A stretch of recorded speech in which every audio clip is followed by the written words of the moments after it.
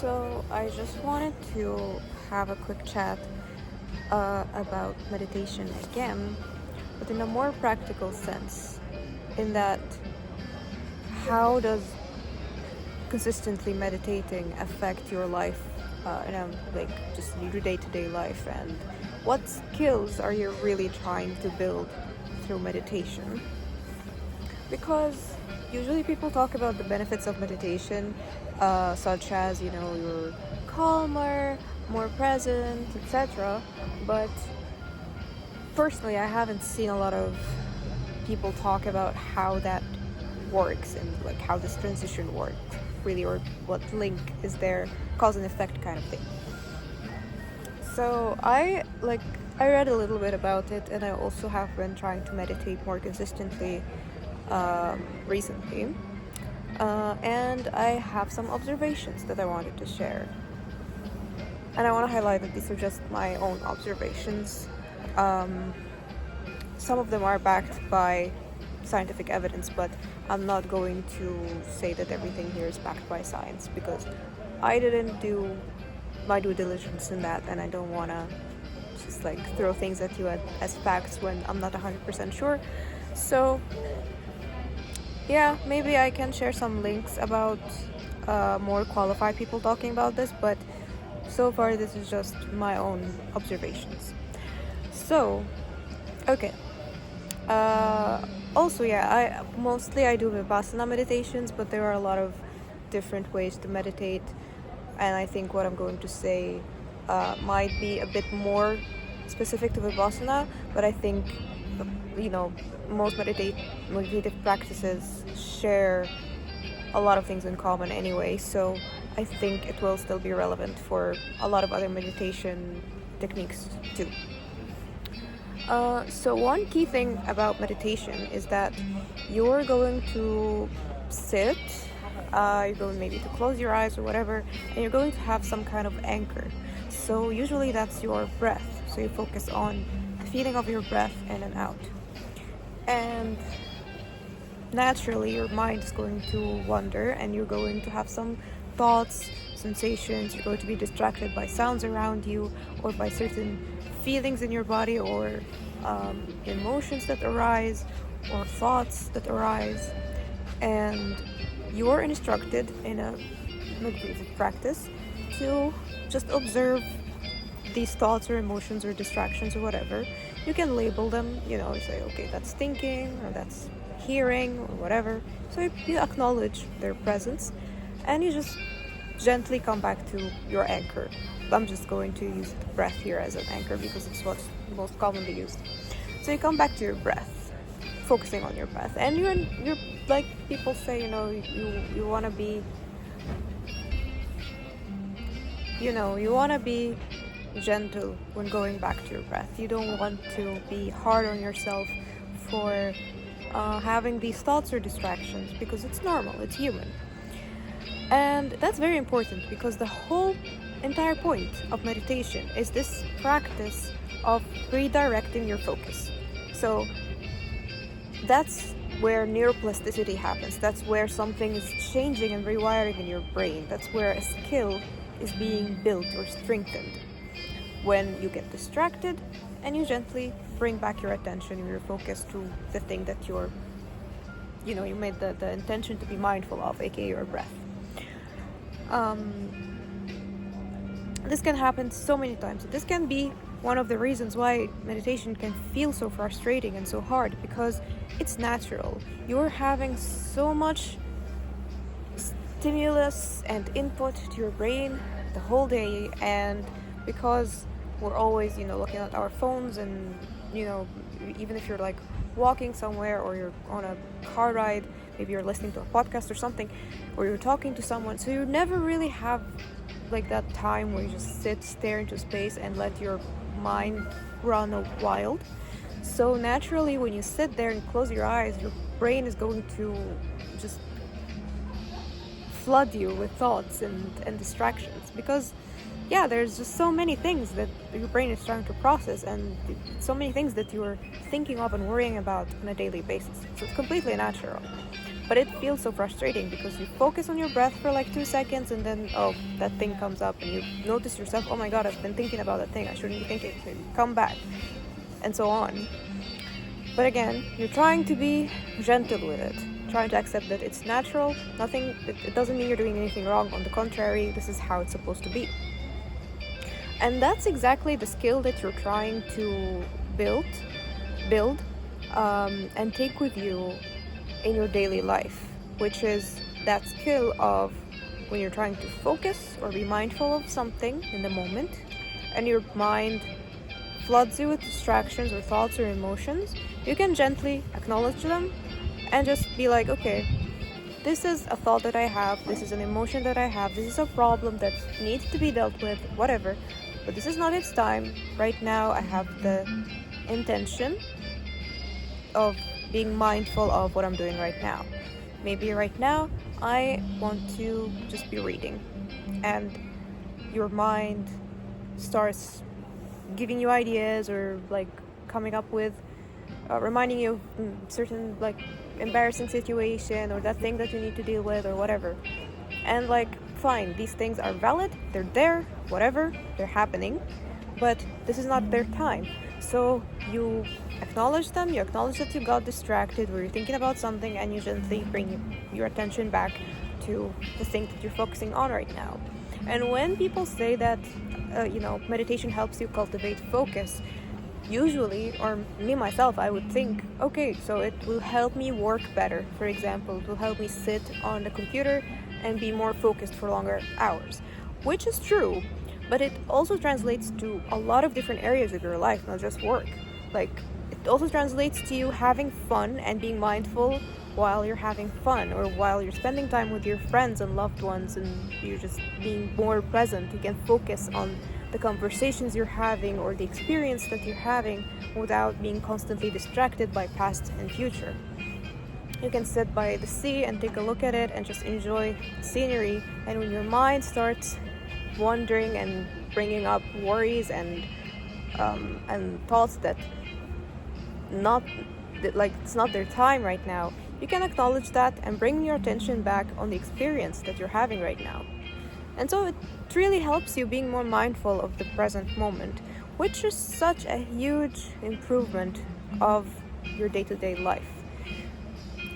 As long as you're living in the past or the future or somewhere else other than where you are now, you're going to be suffering.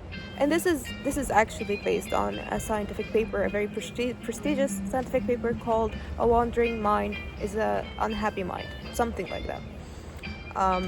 Which basically says, like, after tracking, like, it has an enormous amount of data that they tracked with participants, and the conclusion was, even if you're like in the moment doing a job that you're not particularly very fond of, you're going to be much happier if you're present in it. And if you're doing something that's on the outside is very fun and maybe something that you usually enjoy, but you're not present in it, you're not going to be very fulfilled or happy in that moment because you're not there. So it's a defining quality of how much or how positively you feel about certain experience or certain time, how present I suck at this. Basically, let me say this again. A definitive quality of how fulfilling a certain time is or a certain experience is how present you are during that time or experience. And that's what meditation helps you cultivate and build. And that is done through this frustrating practice of just noticing that your mind is wandering and bringing your attention back to a certain anchor. And as long as you're doing that, it feels hard, it's just you're doing okay, you're doing well. Your brain is rewiring and you're building that habit. And I was so happy when I was reading, like just before filming that video, I was reading and my mind started like thinking about a lot of things that I'm worried about. Valid things I know I need to deal with in life, and it's fine. but this is not their time. Right now I'm reading. So I just gently, it was so cool that I found that my brain was like, you know what, this is thinking, this is not its time, let me just come back and focus on what I'm reading right now. And I was so happy I did that. Then again, all day today I've been distracted and anxious about things in the future, so again, I'm not really good at this yet, but I was so happy to notice that there's like I'm beginning to get better at it. Like I did it maybe a couple of times today as like a natural response, which means, I've been practicing enough and it's actually making a difference. This is kind of an extra point, but something that I learned from meditation, specifically some Vipassana meditations that I did, was okay. So basically, sometimes in a meditation they would tell you, your thoughts arise, you bring back your focus to the breath or whatever, and sometimes they would be like, okay, well, maybe sometimes there's a very persistent feeling or a very persistent thought, or maybe you're like there's a tingling on your nose, or maybe there's like a very persistent thought that keeps coming up. Well, what about for just a few seconds actually direct your focus, direct your mindfulness towards that thing, and just aim it at it for just a little bit, for just a few seconds, and notice what happens. So you're intentional about giving your attention and mindfulness to that particular feeling or thought for just like for a timed period. And that's important. You're not running wild with it. You're focusing on one thing still, like one emotion or one thought, but you're focusing on it. And what usually happens is that after a few seconds of being mindful of it, it starts to dissipate, it starts to fade, or it feels less heavy or less strong. It feels like more manageable or more weak, And I don't know, maybe sometimes that doesn't always happen for sure, but it did happen to me multiple times when I did this practice.